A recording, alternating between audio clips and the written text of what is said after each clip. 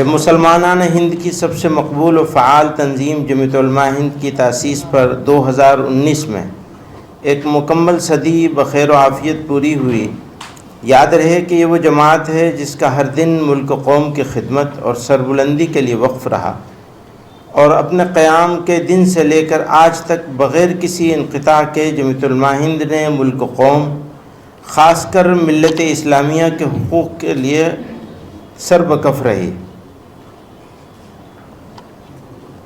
بلا تفریق مذہب و ذات سب کے مسائل حل کرانے میں سرگرم رہی، اور قوم ملت نے جمعیت علماء ہند پر کامل اعتماد کرتے ہوئے اس ملی و دینی اور اصلاحی تنظیم کو مستحکم کرنے میں تعاون پیش کیا۔ تو ہم جمعیت علماء ہند کے رضاکاران نے صدی تقریبات منانے کا فیصلہ کیا، لیکن سوال یہ تھا کہ کس انداز میں منایا جائے، کسی بڑے عظیم الشان اجلاس عام کے ذریعے یا مختلف پروگراموں کی شکل میں اس کے یادگار نقوش چھوڑے جائیں۔ معزز شرکائے سیمینار کئی متبادل تھے جس پر عمل کیا جا سکتا تھا، لیکن جمعیت علماء ہند کی تاریخ پر گہری نظر رکھنے والے ہمارے مرحوم فاضل دوست مولانا معز الدین احمد گونڈوی نے یہ لائق تحسین نظریہ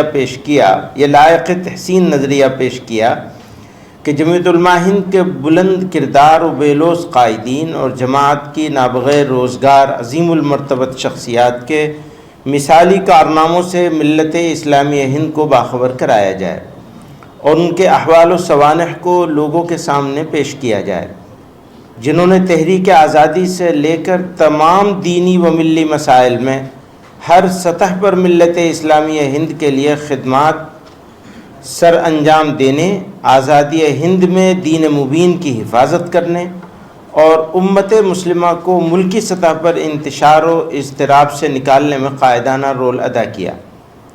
اس راہ میں ہر طرح کی جانی و مالی قربانیاں پیش کی۔ یہ فکر اور نظریہ سب کو پسند آیا، اور باہم غور و تدبر اور رائے و مشورے کے بعد اسے عملی شکل دی گئی کہ اسلامیان ہند کی موجودہ پیڑھی اور نسل کے سامنے ان برگزیدہ اور نابغیر روزگار شخصیات اور مردم گر و تاریخ ساز اکابر کی حیات و خدمات کو مدلل اور مفصل انداز میں پیش کیا جائے، جنہوں نے جمعیت علماء ہند کی 1919 میں طرح ڈالی تھی یا بعد میں اس قافلے میں شامل ہوئے، اور اس کے لیے تن من دھن سب قربان کر دیا۔ یہ ان کا حق ہے کہ ان کے کارناموں اور خدمات کو آج کی نسل نو کے سامنے پیش کیا جائے کہ ان کے اکابر کیسے تھے اور انہوں نے ہمارے لیے کیا کچھ کیا، اور ان سرفروشان ملت کی حیات و خدمات کو اجاگر کرنا اور ان کے تاریخ کو محفوظ کرنا ہی سب سے بڑا جشن ہے۔ جمعیت علماء ہند کا قیام در حقیقت ایک انقلابی قدم تھا، جو انقلاب 1857 کے اولو العزم علماء مجاہدین کے اس خواب کو شرمندہ تعبیر کرنے کی منظم کوشش تھی، اور جس کے لیے مئی 1866 میں دارالعلوم دیوبند کا قیام عمل میں لایا گیا تھا۔ دارالعلوم دیوبند کے اولین طالب علم حضرت شیخ الہند مولانا محمود حسن دیوبندی سے زیادہ دارالعلوم دیوبند کے قیام کے اغراض و مقاصد کو کون بتا سکتا ہے؟ حضرت رحمۃ اللہ علیہ فرماتے ہیں، حضرت الاستاد حجت الاسلام مولانا محمد قاسم نانوتوی نے اس مدرسے کو کیا درس و تدریس اور تعلیم و تعلم کے لیے قائم کیا تھا؟ یہ سوالیہ جملہ ہے۔ آپ لوگ اپنا کام کر لیں تو پھر ہم اپنا کام کریں۔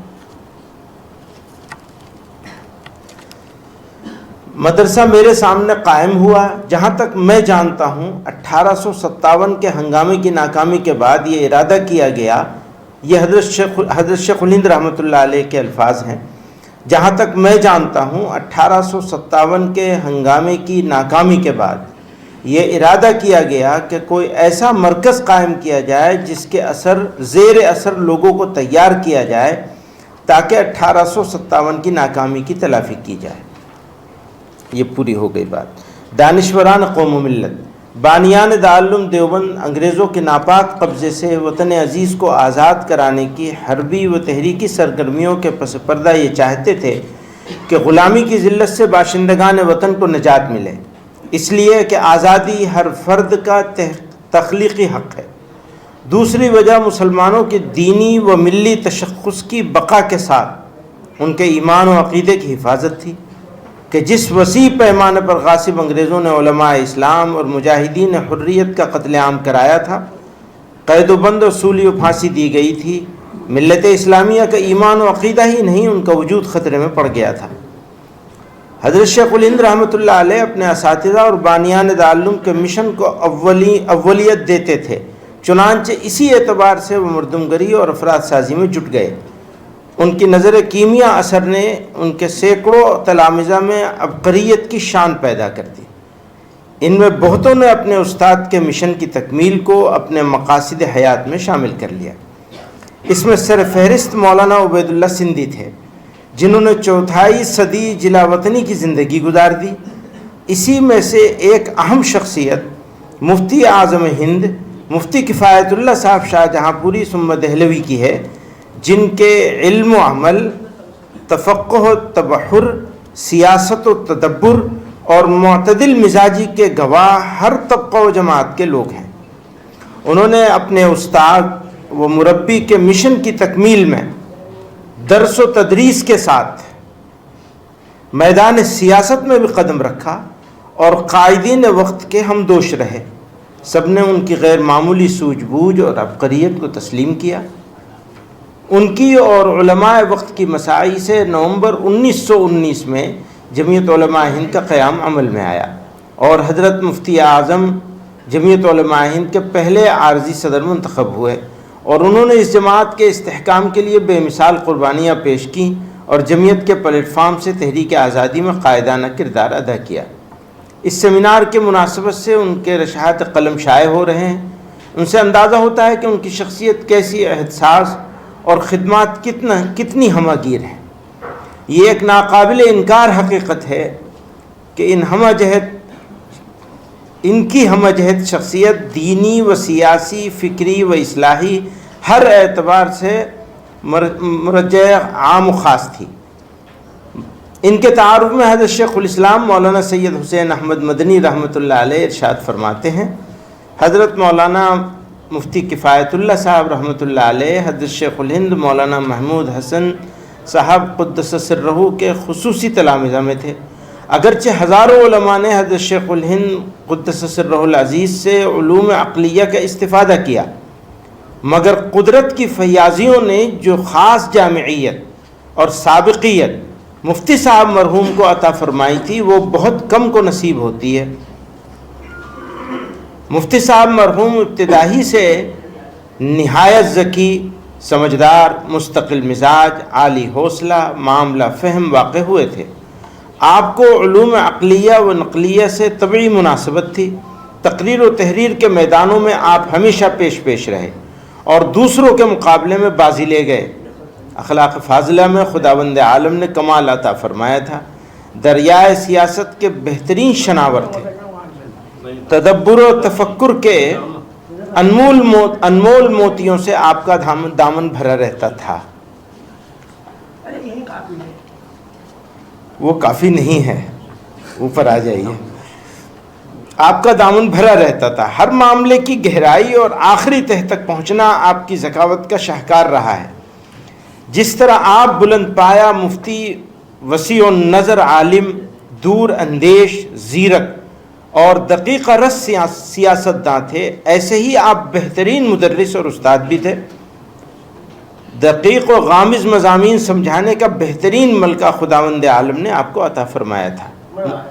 مفتی اعظم نمبر الجمعیت 2000، یہ حضرت شیخ الاسلام کے الفاظ ہیں۔ اور ان کے استاد و مربی حضرت شیخ الہند رحمۃ اللہ علیہ نے فرمایا تھا کہ جماعت کو مولانا کفایت اللہ اور مولانا حبیب الرحمن عثمانی کو کبھی نہیں چھوڑنا چاہیے، اور یہ بھی فرمایا تھا کہ تم لوگ سیاستداں ہو اور کفایت اللہ کا دماغ سیاست ساز ہے۔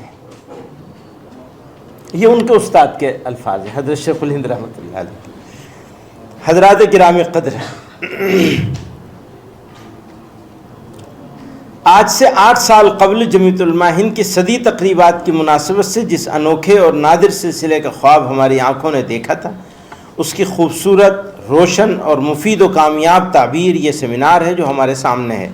یہ امر واقعہ ہے کہ جمعیت علماء ہند کی وہ شخصیات جو علمی، ادبی اور تحقیقی کمالات نیز جنگ آزادی کی راہ میں مجاہدانہ اور قائدانہ کردار کی ذرّی تاریخ رکھنے کے باوجود نئی نسل کی دنیا میں گمنام یا کم متعارف تھیں، سیمیناروں کے اس سلسلے نے انہیں حیات نو بخشی ہے اور نئے انداز و اسلوب میں ان کو جدید نسل سے روشناس اور متعارف کرایا ہے۔ حضرت مفتی اعظم کی جو شان عبقریت تھی، اس کے پیش نظر ہم نے حضرت مفتی اعظم حیات و خدمات پر یہ سیمینار مسک الختام کے طور پر سب سے آخر میں رکھا ہے۔ اب تک 7 عظیم المرتبت قائدین و مجاہدین پر سیمینار منعقد کیے جا چکے ہیں۔ سب سے پہلا سیمینار حضرت مولانا ابو المحاسن سجاد اور حضرت مولانا محمد میاں صاحب دیوبندی پر 15-16 دسمبر 2018 کو دہلی میں منعقد ہوا، جس کے کنوینر بالترتیب مولانا مفتی امام اختر عادل اور مولانا ضیاء الحق خیرآبادی تھے۔ مولانا مفتی اختر امام عادل اور مولانا ضیاء الحق خیرآبادی تھے۔ ان دونوں حضرات کی پوری یہ دونوں حضرات پوری محنت اور خلوص سے اس میں لگے اور اسے پائے تکمیل کو پہنچایا، اور اس کے مجموعہ مقالات بھی 3 ماہ کی قلیل مدت میں منظر عام پر آ گئے۔ دوسرا سیمینار محدث کبیر حضرت مولانا حبیب الرحمن اعظمی رحمۃ اللہ علیہ پر 24 فروری 2019 کو بنارس میں ہوا۔ اس کے کنوینر مولانا ڈاکٹر مسعود احمد الاعظمی تھے۔ تیسرا سیمینار صحبان الہند مولانا احمد سعید دہلوی اور مولانا عبد الباری فرنگی محلی رحمہ اللہ پر 21-22 ستمبر 2019 کو دہلی میں ہوا، جس کے کنوینر بالترتیب مولانا ڈاکٹر عبد الملک قاسمی اور مولانا عمران اللہ غازی آبادی تھے۔ چوتھا سیمینار 22-23 دسمبر 2022 کو نئی دہلی میں منعقد ہوا، جو مولانا سید فخر الدین رحمت مراد آبادی اور مجاہد ملت مولانا حفظ الرحمان سیوہاروی رحمہ اللہ پر تھا۔ اس کے کنوینر مولانا ضیاء الحق خیرآبادی اور مولانا مفتی محمد عفان منصور پوری تھے۔ حضرت مجاہد ملت رحمۃ اللہ علیہ کے علاوہ سبھی سیمینار کے مجموعہ مقالات منظر عام پر آ چکے ہیں۔ الحمدللہ ان نفوس قدسیہ کی حیات و خدمات پر ہر پہلو سے لکھنے والوں نے مقالات لکھ کر ان کے کارناموں کی دستاویز تیار کر دی، جو بفضلہ تعالیٰ کتابی شکل میں محفوظ کر لی گئیں، جو کسی بھی اسکالر کے لیے مرجع بن سکتی ہیں۔ ان برگزیدہ بلند پایہ شخصیات کے تذکروں اور ان کے تاریخی کارناموں کے بغیر جمعیت علماء ہند کی تاریخ مکمل نہیں ہو سکتی۔ آج اگر جمعیت علماء ہند اسلامیان ہند کی سب سے منظم، مستحکم اور مقبول دینی و ملی اور اصلاحی تنظیم ہے، جس کے ممبران کی تعداد 1 کروڑ سے زائد ہے اور جس کی خدمات کے سینکڑوں روشن ابواب ہیں، تو انہی خاصان خدا اور رہنمایان ملت اسلامیہ کی قربانیوں، جانفشانیوں اور قیادتوں کے صدقے طفیل میں انہی کے برکات کا ثمرہ ہے کہ ہم خدام جمعیت علماء ہند بھی کچھ ملک و ملت کے تئیں کرنے کا حوصلہ پاتے ہیں۔